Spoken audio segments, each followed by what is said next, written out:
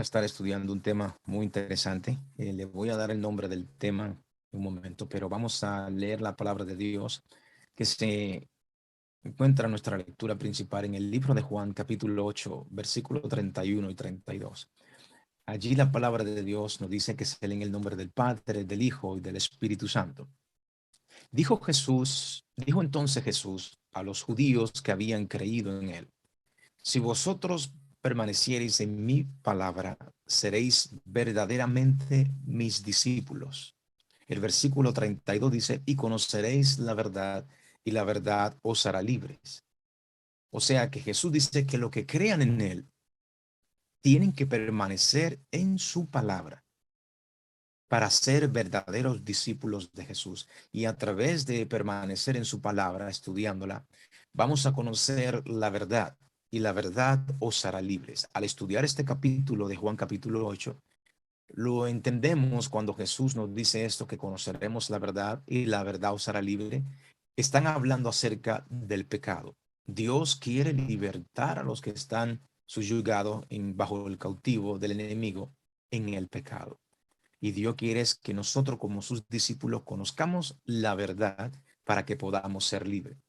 Como dice en 1 de Timoteo, capítulo 3, el versículo 15, dice: para que si tardo sepas cómo debes conducirte en la casa de Dios, que es la iglesia del Dios viviente, columna y baluarte de la verdad. Nosotros, como discípulos, como iglesia de Dios, tenemos que ser la columna y baluarte de la verdad. O sea, la iglesia debe de llevar la verdad al frente, sostenerla, no dejarla caer. Por eso somos columna y baluarte de la verdad, que es parte de la verdad. En Juan 17, la palabra de Dios nos dice allí: santifícalos en tu verdad, tu palabra es la verdad.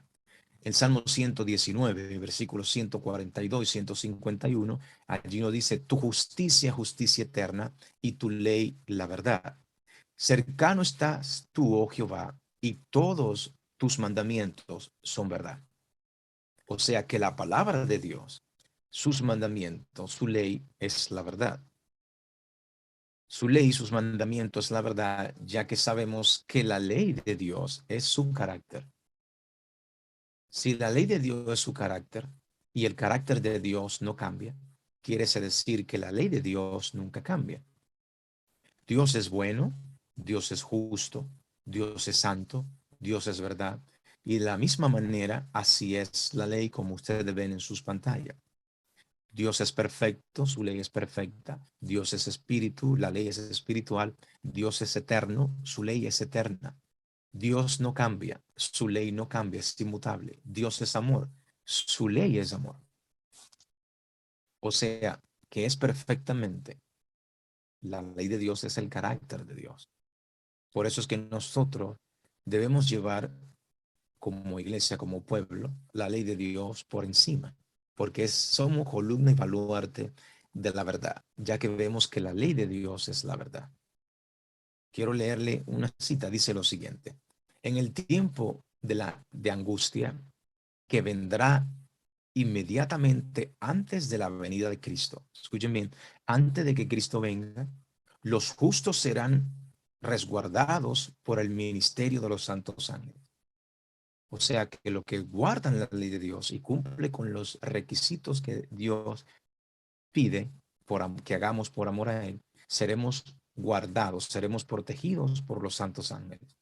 Pero no habrá seguridad para el transgresor de la ley de Dios. Los ángeles no podrán entonces proteger a los que están menospreciando uno de los preceptos divinos. ¿Queremos ser protegidos por los ángeles de Dios? Tenemos que hacer la voluntad de Dios. Esta pequeña introducción nos habla para entrar de lleno al tema que nosotros vamos a estudiar, que lleva por título El trono de Satanás. Ustedes ven el título y ven en su imagen, en su pantalla, esta imagen, y dirán: el trono de Satanás. ¿Y por qué esta imagen? Veremos qué tiene que decirnos la palabra de Dios. En Primera de Crónica, el capítulo 12, versículo 32, nos dice lo siguiente: de los hijos de Isaacar, 200 príncipes entendidos en los tiempos y que sabían lo que Israel debía hacer, cuyo dicho seguían todos sus hermanos. Explicamos este verso. Entendiendo en los tiempos, entendidos en los tiempos. Si usted conoce el tiempo en el que usted está viviendo, usted va a saber lo que usted debería hacer. Por eso es importante conocer el tiempo en el que estamos viviendo, conocer el tiempo profético que se está cumpliendo al frente de nosotros. Dice la palabra de Dios en el libro de Mateo, capítulo 24, y leemos desde el versículo 6 en adelante. Dice, y oiréis de guerras y rumores de guerras. Mirad que no os turbéis, porque es necesario que todo esto acontezca, pero aún no es el fin. Porque se levantará nación contra nación y reino contra reino. Habrá peste y hambre, terremotos en diferentes lugares. Y todo esto será principio de dolores. Entonces os entregarán a tribulación y os matarán y seréis aborrecidos de toda la gente por causa de mi nombre, por causa de mi verdad. Muchos, dice el versículo 10, tropezarán entonces y se entregarán unos a otros y unos a otros se aborrecerán. Dice el 11, y muchos falsos profetas se levantarán y engañarán a muchos. Resumiendo estos versos 6 y 7 y 8, nos habla de catástrofe, destrucciones y guerras que vienen. Si usted analiza esos versos del 6 al 8, nos dice las guerras, rumores de guerra, nación contra nación, reino contra reino, habrá peste como el COVID, habrá hambre, que es lo que se aproxima, habrán terremotos en diferentes lugares, también inundaciones y muchas otras catástrofes. Dice el Señor el versículo 8, y todo esto será principio de dolores. Después de todas esas catástrofes, dice el versículo 9, entonces os entregarán a tribulación y os matarán y seréis aborrecidos de toda la gente por causa de mi verdad. Acuérdense de eso. Después de la peste, el hambre, terremotos, destrucciones, catástrofe, entonces os entregarán a tribulación. Eso lo entenderemos más adelante. ¿Por qué después de la catástrofe? El mismo capítulo de Mateo 24, el versículo 37 y 38 dice lo siguiente: más como en los días de Noé, así será la venida del Hijo del Hombre. O sea, más como más como en los días de Noé, así será la venida de Jesús. Porque como en los días del diluvio, o sea, los días antes del diluvio, estaban comiendo, bebiendo, casándose y dándose en casamiento, hasta el día en que Noé entró en el arca y no entendieron hasta que vino el diluvio y los llevó a todos. Así será también la venida de Jesús. Más como en los días de Noé. ¿Cómo se estaba viviendo en los días de Noé? De la misma manera en que se está viviendo hoy en día. Nadie quiere hacer caso a las cosas de Dios. Por eso el versículo 38 dice, estaban comiendo, bebiendo, casándose y dándose en casamiento hasta el día en que no entró en el arca y no entendieron. Hasta que vino el diluvio y se lo llevó a todos. ¿Cómo se vivía en el tiempo de Noé? Lo voy a resumir. En el tiempo de Noé, en Génesis capítulo 6, Dios ve la maldad de los hombres. Si ustedes cuando tengan tiempo estudien ese capítulo. Dios ve la maldad de los hombres. El capítulo 7 es donde se derraman las aguas, llega el diluvio. En el capítulo 8, las aguas se secaron. En el capítulo 9, Dios hace un pacto con Noé. En el capítulo 10 se describe la descendencia de los hijos de Noé. Y en el capítulo 11, la torre de Babel. Si usted analiza esos versos, esos capítulos, usted verá que en dos de esos capítulos, especialmente en el 7 y en el 11, Dios tuvo que intervenir haciendo algo porque la gente estaba corrompida haciendo las cosas que a Dios no le agradan. En el capítulo 7, Dios intervino con el diluvio. Y en el capítulo 11, Dios intervino confundiendo las lenguas de los seres humanos, porque estaban haciendo, como vimos en los últimos dos sábados, querían formar un imperio, un nuevo orden mundial, por así decirlo. Y Dios tuvo que esparcirlo. La Biblia nos dice en el libro de Génesis, el capítulo 11, y dijeron ellos, el versículo 4, edifiquémonos una ciudad y una torre, cuya cúspide llegue al cielo, y que hagámonos un nombre, por si fuéramos esparcidos sobre la faz de la tierra. Están ellos edificando un nuevo orden mundial, un imperio. Vamos a hacernos una ciudad y una torre. Ellos no querían ser esparcidos. El versículo 7 dice lo siguiente: ahora pues descendamos y confundamos allí su lengua, para que ninguno entienda el habla de su compañero. Ahí está Dios diciendo: vamos a descender y a confundir su lengua para que no se puedan comunicar entre sí, porque ellos han decidido hacer una obra. Nosotros sabemos que la torre de Babel significa Etemenanque, la puerta al cielo. O sea, ellos estaban buscando una entrada al cielo estando en pecado, haciendo lo malo ante los ojos de Dios. Dice el versículo 8 lo siguiente: así los esparció Dios, Jehová, desde allí sobre la faz de toda la tierra, y dejaron de edificar la ciudad. Ellos no querían ser esparcidos. Eso fue un hombre, Nimrod, que quería controlarlo a todos bajo un mismo lugar, para él ser adorado como rey y como Dios, o el Dios Sol, como nosotros entendimos el sábado pasado. Dice el versículo 9: por esto fue llamado el nombre de ella, de esa ciudad, de esa torre, Babel, que significa confusión, porque allí confundió Jehová el lenguaje de toda la tierra, y desde allí los esparció sobre la faz de toda la tierra. De esa manera fue que Dios destruyó aquel imperio, porque nosotros sabemos que a Dios no le gustan la frontera. Dios no quiere hacer, en cierto sentido, eh, que un solo grupo tenga control de toda la raza humana. Dios es nuestro Dios, Dios es nuestro Rey, Dios es nuestro Salvador, no ningún ser humano.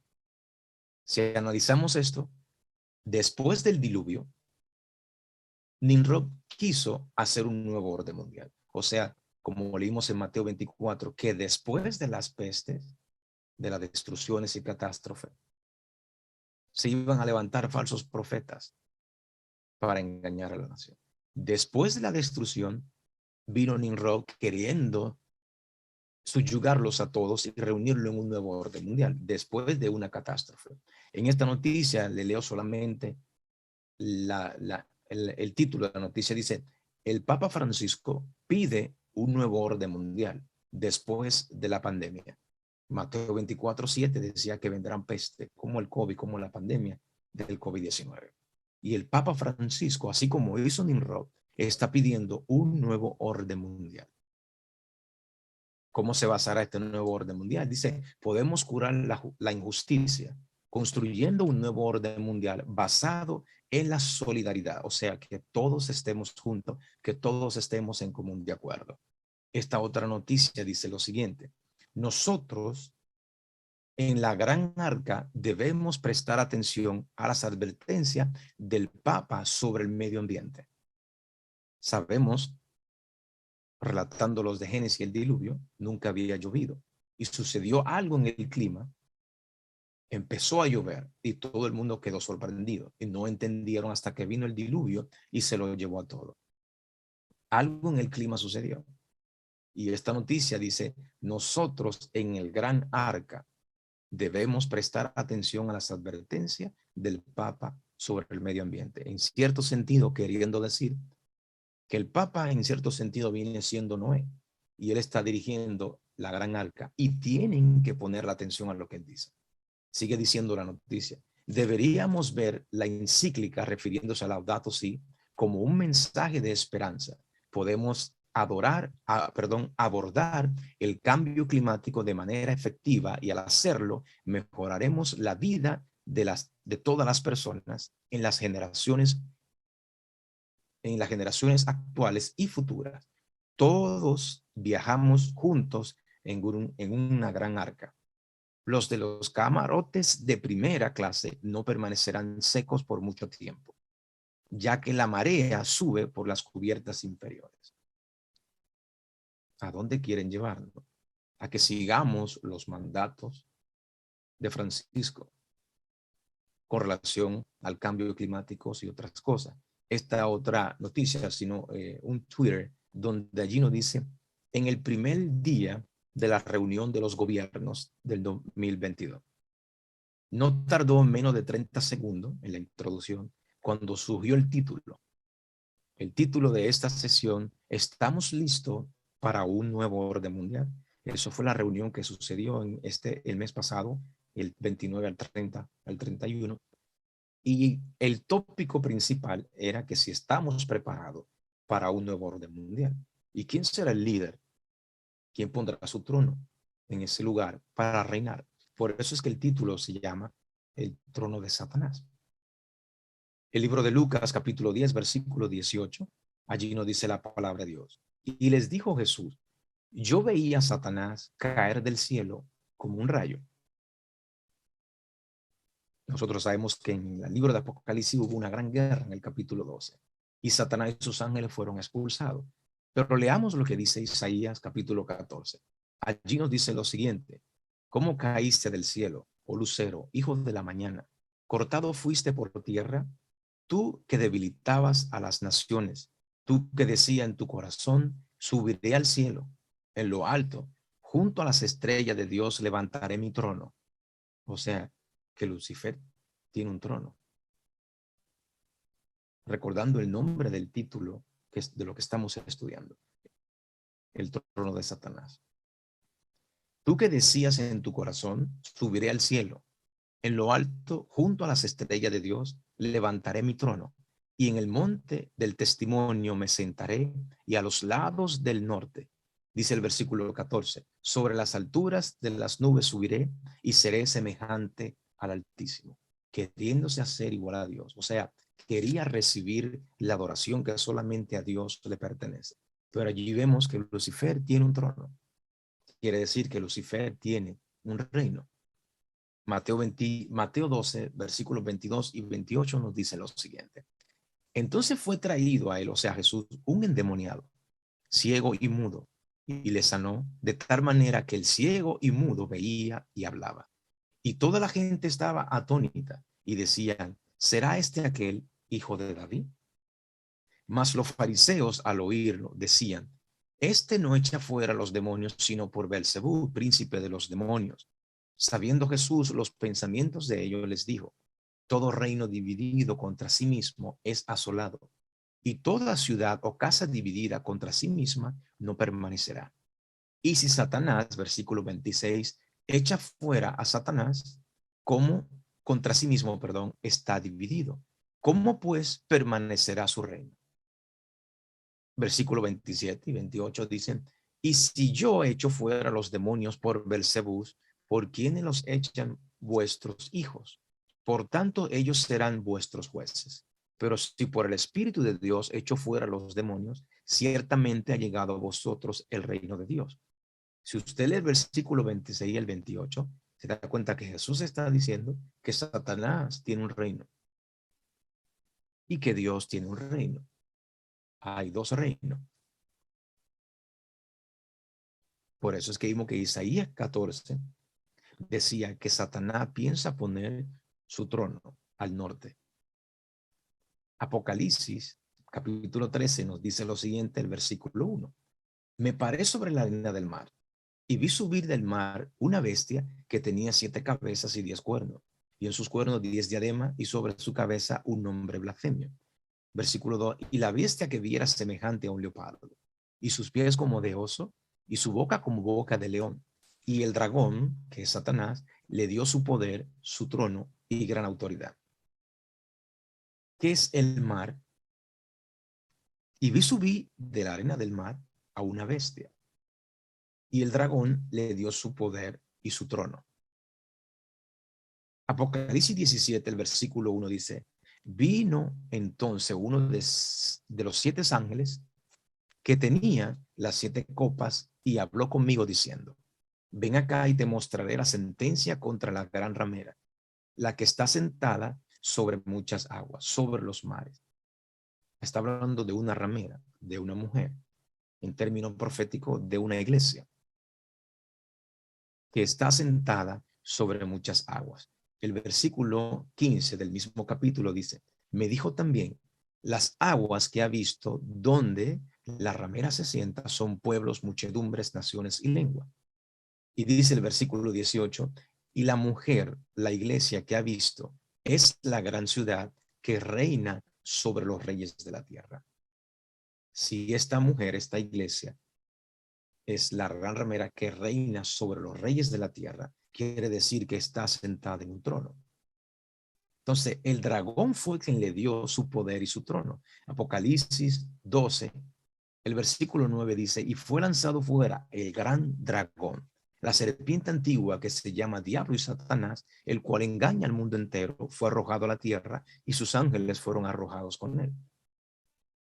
Vemos que el dragón, Satanás, fue quien le dio su trono, su poder y gran autoridad a esta mujer, a esta iglesia.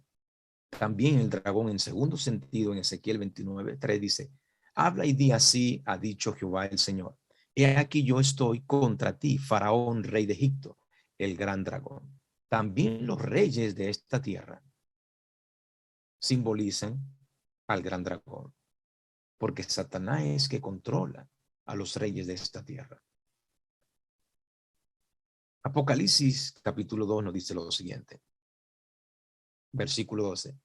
Y escribe al ángel de la iglesia de Pérgamo, el que tiene la espada aguda de filos, dice esto, versículo 13. Yo conozco tus obras y dónde moras, donde está el trono de Satanás, pero retiene mi nombre y no has negado mi fe, ni aún en los días de Antipas, mi testigo fiel, fue muerto entre vosotros donde mora Satanás. Ustedes ven en su pantalla la imagen de lo que era la ruina de las ciudades de Pérgamo. Yo conozco tus obras y dónde moras, donde está el trono de Satanás. En la época de esta iglesia de Éfeso fue donde se unió la iglesia con el Estado.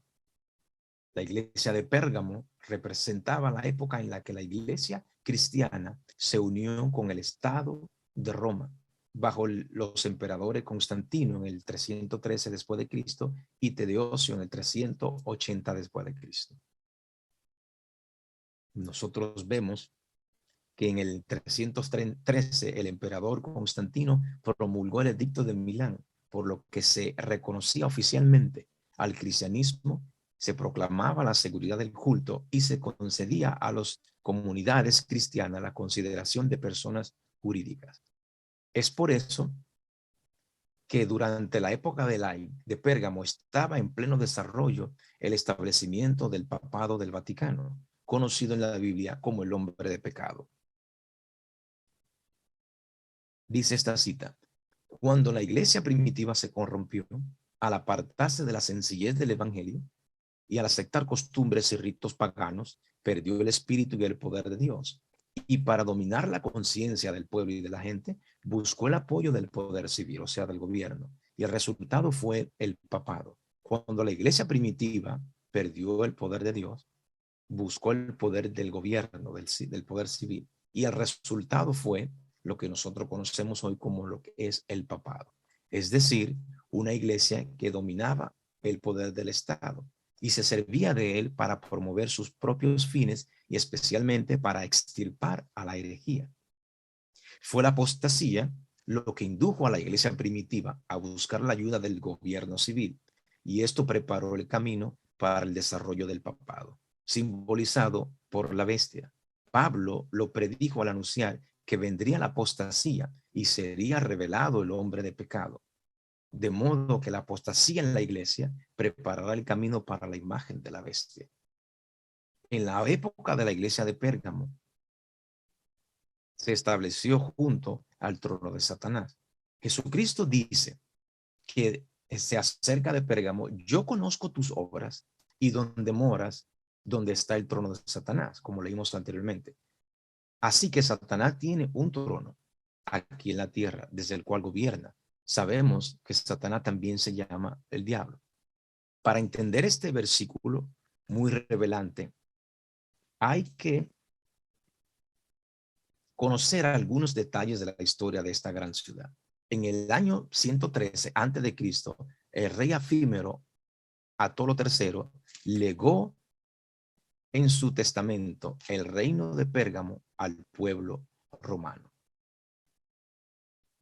Por eso es que la Biblia nos muestra que desde la iglesia de Pérgamo, cuando se unió la iglesia con el Estado, se formó lo que es el Vaticano, el papado, y ahí es donde Jesús dice, mora donde está el trono de Satanás.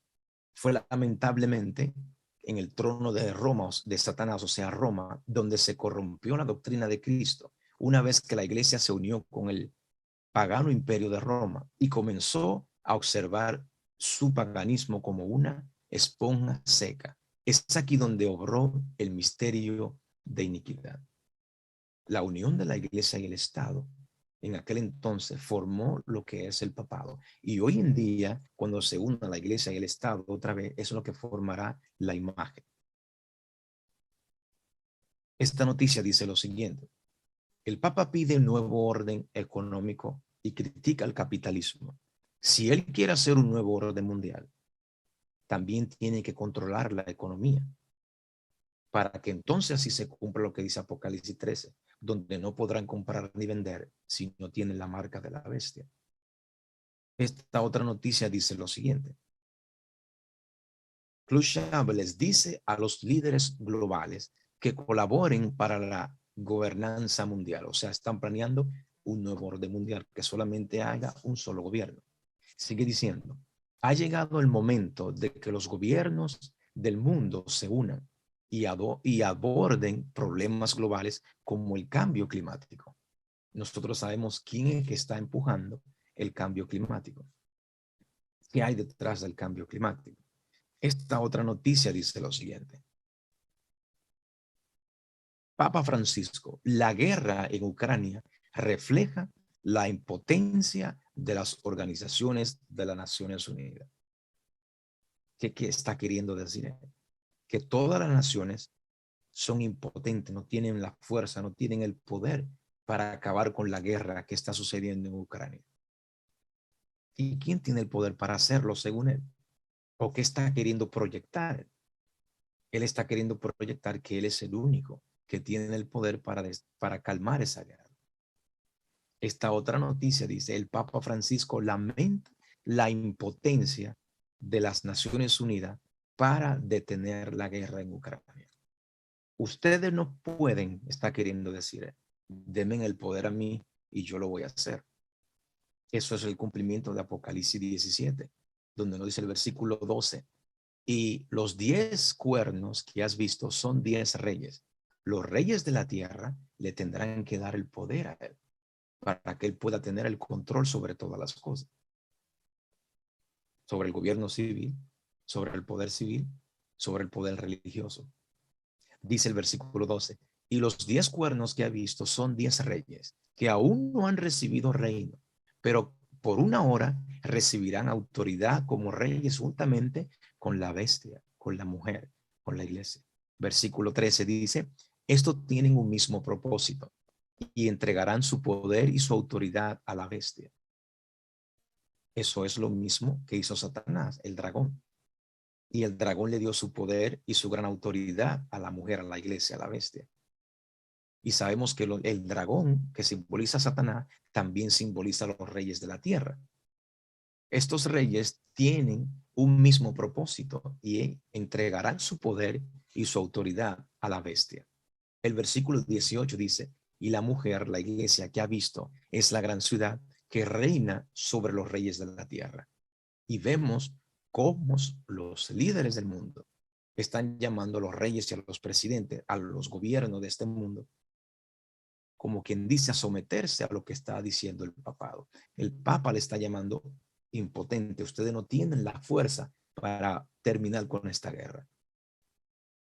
Yo lo voy a hacer, dice. Esta cita dice lo siguiente. El capítulo 13 dice.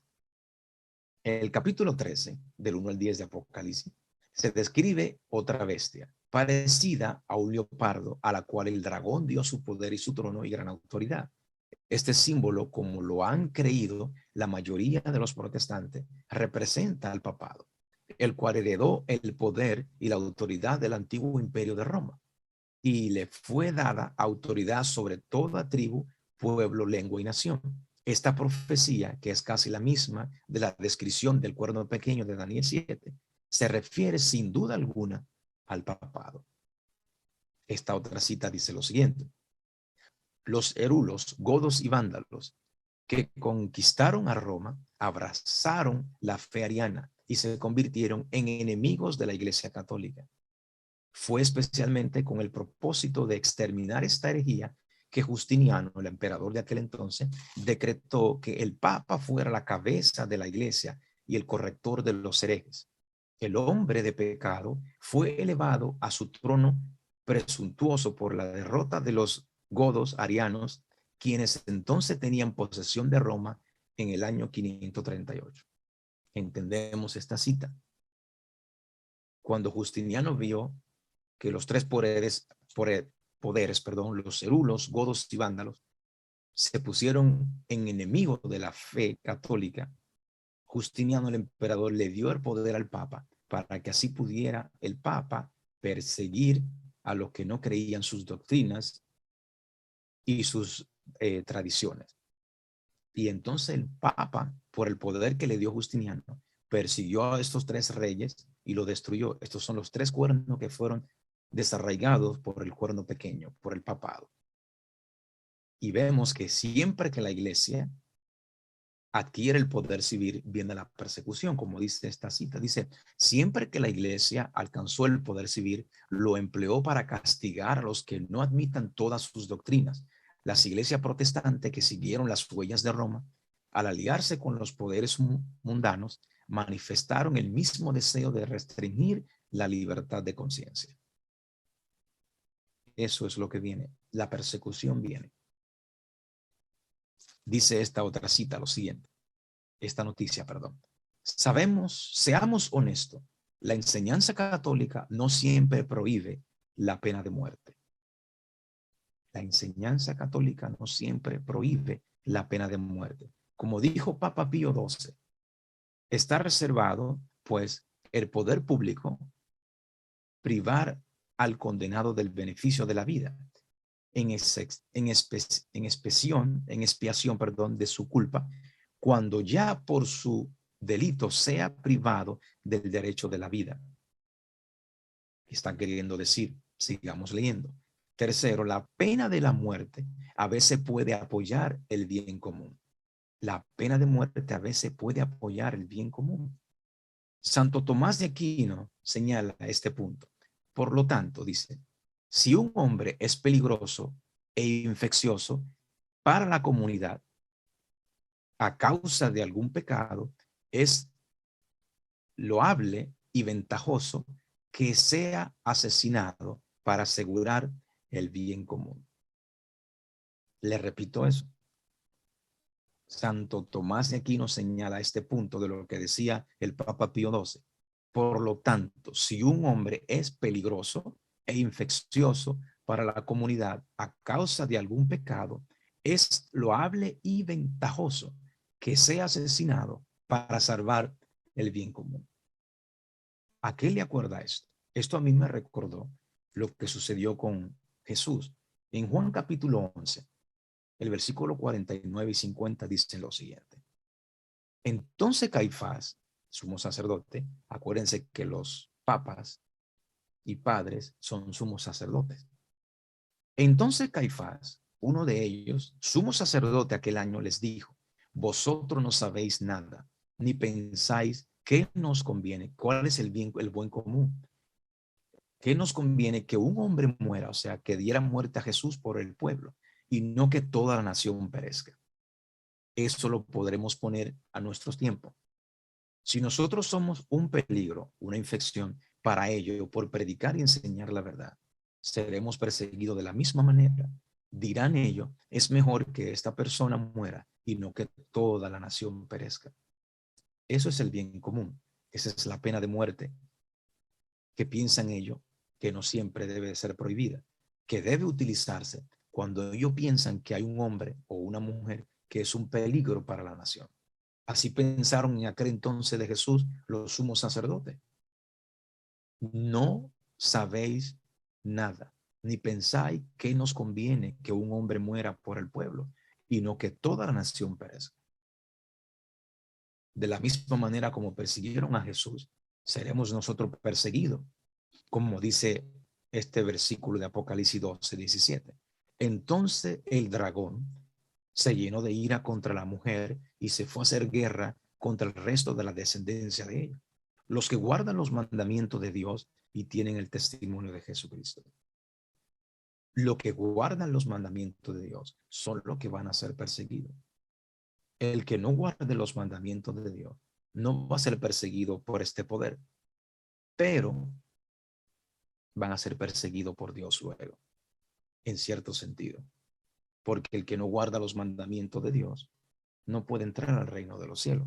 Leemos lo siguiente: se declarará que los hombres ofenden a Dios al violar el descanso del domingo, que este pecado ha traído calamidades que no concluirán hasta que la observancia del domingo no sea estrictamente obligatoria, y que los que proclaman la vigencia del cuarto mandamiento, sábado, haciendo con ello que se pierda el respeto debido al domingo y rechazando el favor divino, turban al pueblo y alejan la prosperidad temporal.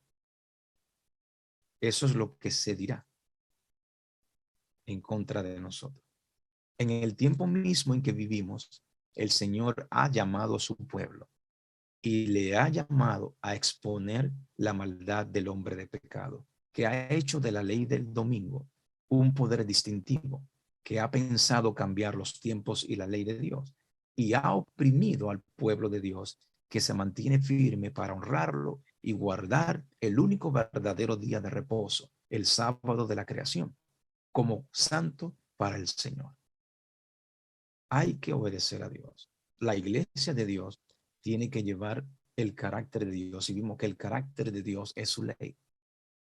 Tenemos que exaltar la ley, levantar la ley de Dios, porque vendrá un poder que está sentado en el trono de Satanás, que pensará en cambiar los tiempos y la ley de Dios, como nos dice 2 Tesalonicenses 2, del 1 al 4.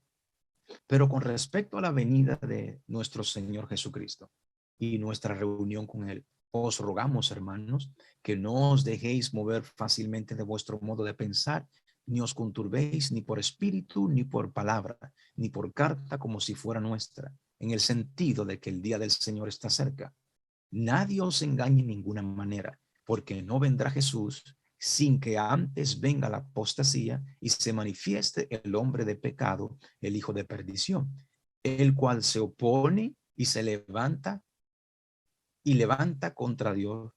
Lo que se llama Dios es objeto de culto, tanto que se sienta en el templo de Dios como si fuera Dios, haciéndose pasar por Dios.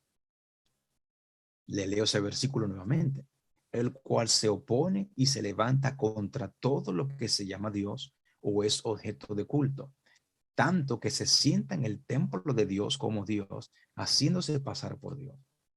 Nosotros sabemos que el único ser que mora y se sienta entre querubines es Dios.